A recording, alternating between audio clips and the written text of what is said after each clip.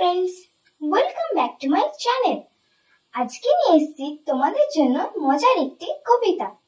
কবিতার নাম আমাদের ছোট নদী। লিখেছেন রবীন্দ্রনাথ ঠাকুর।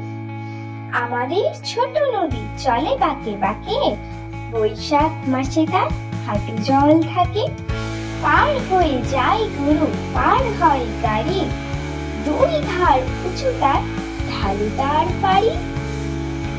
চিক চিক করে বাড়ি, কোথা নাই কাদা, এই ধারে কাশবন, ফুলে ফুলে সাদা। কিচিমিচি করে সেথা শালিকের ঝাঁক, রাতে উঠে থেকে থেকে শিয়ালের হাঁক। তীরে তীরে ছেলে মেয়ে নাহিবার কালে, গামছায় জল ভরে গায়ে তারা ঢালে। সকালে বিকালে কবু নাওয়া হলে পরে, আঁচলে ছাকিয়া তার ছোট মাছ ধরে। আসরে বাদল নামে নদী ভর ভর, মাতিয়া ছুটিয়া চলে ধারা খরতর।